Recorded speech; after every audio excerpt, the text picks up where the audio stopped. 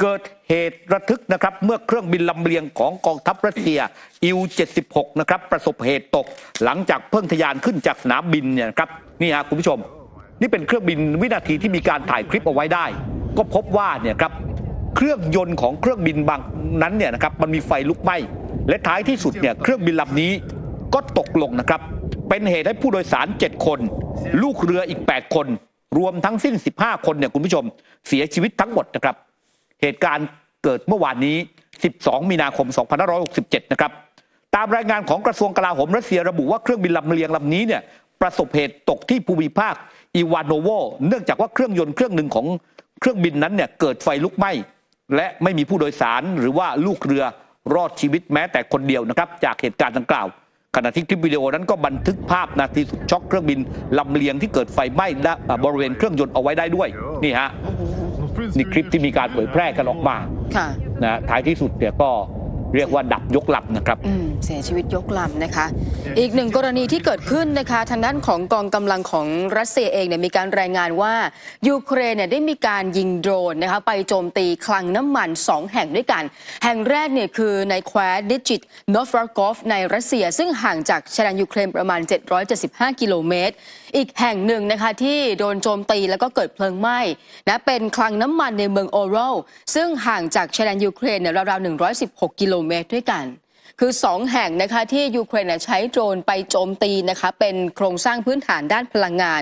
ขณะที่เซอร์เกย์โซบินินรัฐมนตรีของรัสเซียเนี่ยบอกว่าทางด้านของรัสเซียเองก็มีการยิงสกัดโดรนได้1ลำนะคะแต่ว่าจุดที่โจมตีเนี่ยมันอยู่ใกล้กับสนามบินชูคอฟสกี้ซึ่งเป็นหนึ่งใน4สนามบินนานาชาติในเมืองหลวงของรัสเซียขณะที่กระทรวงกลาโหมรัสเซียค่ะมีการแถลงการสรุปนะคะว่าระบบป้องกันภัยทางอากาศเนี่ยสามารถยิงโดรนของยูเครนแล้วก็สกัดไปได้ทั้งหมด25ลำในหลายพื้นที่ของรัสเซียไม่ว่าจะเป็นมอสโกเบลโกรอดเบรียนสครูนคาลินิกราดแล้วก็รวมไปถึงทูลาด้วยนะคะแต่ไม่ชัดเจนว่าสามารถทำลายโดรนของยูเครนได้ทั้งหมดหรือไม่ถ้าเกิดว่าย้อนกลับไปเนี่ยเมื่อไม่กี่เดือนที่ผ่านมาจะเห็นว่ายูเครนเนี่ยพยายามที่จะมีการเปิดฉากโจมตี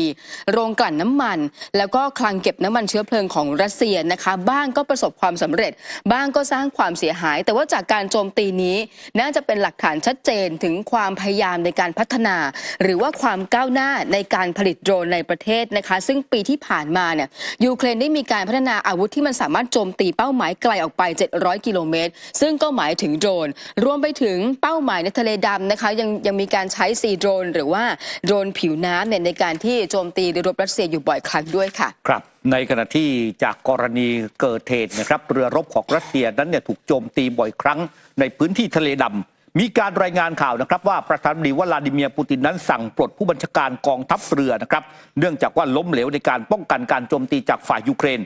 ตามรายงานข่าวนั้นบอกว่าพลเรือเอกนิโคลายเยฟเมนอฟผู้บัญชาการกองทัพเรือได้ถูกปลดออกจากตำแหน่งเป็นที่เรียบร้อยแล้วหลังจากอยู่ในตำแหน่งนี้มานานกว่า5ปีนะครับตั้งแต่เดือนพฤษภาคมปี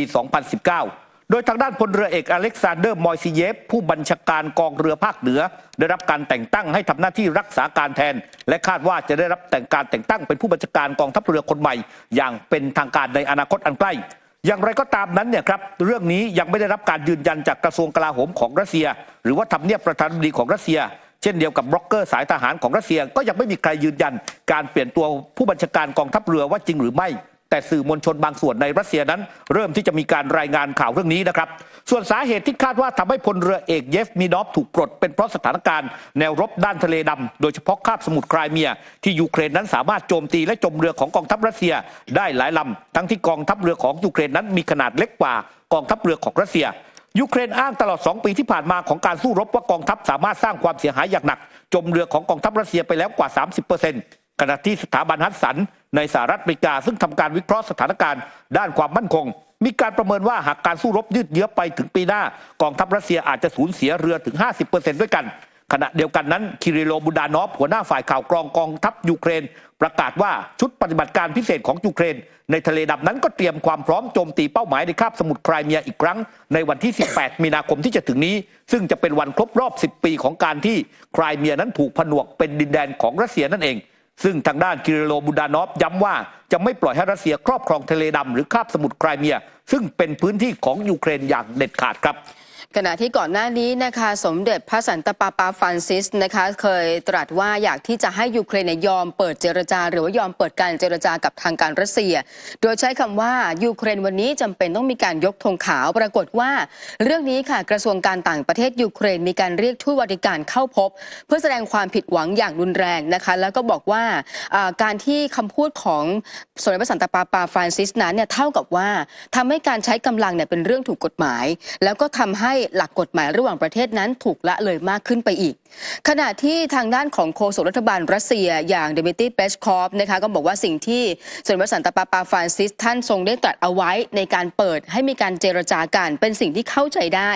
แล้วก็ย้ำจุดยืนอีกครั้งหนึ่งว่ารัสเซียนั้นพร้อมที่จะมีการเปิดกว้างสำหรับเรื่องของสันติภาพเสมอแต่น่าเสียดายที่ทุกครั้งที่มีคำพูดของพระองค์หรือว่าคำแถลงการจากฝ่ายอื่นๆหรือแม้กระทั่งของรัสเซียเองก็ตามมักจะถูกปฏิเสธอย่างไร้เยื่อใยก่อนหน้านี้เนี่ยข้อเสนอของรัสเซียตั้งอยู่บนเงื่อนไขที่ว่ายูเครนจะต้องยอมสละดินแดนทั้งหมดที่กองทัพรัสเซียยึดไว้นะแล้วก็รวมไปถึงเนี่ยสิ่งที่รัสเซียชี้ไปอีกประเด็นหนึ่งก็คือว่าการที่ชาติตะวันตกหยิบยื่นเรื่องของความพ่ายแพ้เชิงยุทธศาสตร์ให้กับรัสเซียนั้นเป็นความคิดที่ผิดโดยเฉพาะเรื่องของการกระทำที่ผ่านมาหลักฐานที่ผ่านมานอกจากนี้นะคะความคิดเห็นเพิ่มเติมจากเลขาธิการนาโต้อย่างเยนสโตลเทนเบิร์กเนี่ยก็พูดถึงประเด็นเรื่องนี้เช่นเดียวกันและบอกว่าการเจรจาเนี่ยจะช่วยให้ยูเครนสามารถคงไว้ซึ่งความเป็นรัฐอิสระและก็มีความเป็นอธิปไตยได้ก็ต่อเมื่อวลาดิเมียร์ปูตินนั้นรู้แล้วว่าเขาไม่มีทางที่จะชนะในสนามรบถ้าเกิดว่าต้องการทางออกที่มันเป็นสันติหรือว่ากระบวนการเจรจาสิ่งที่นาโต้บอกว่าต้องทำก็คือต้องมอบการสนับสนุนทางทหารให้กับยูเครนเมื่อ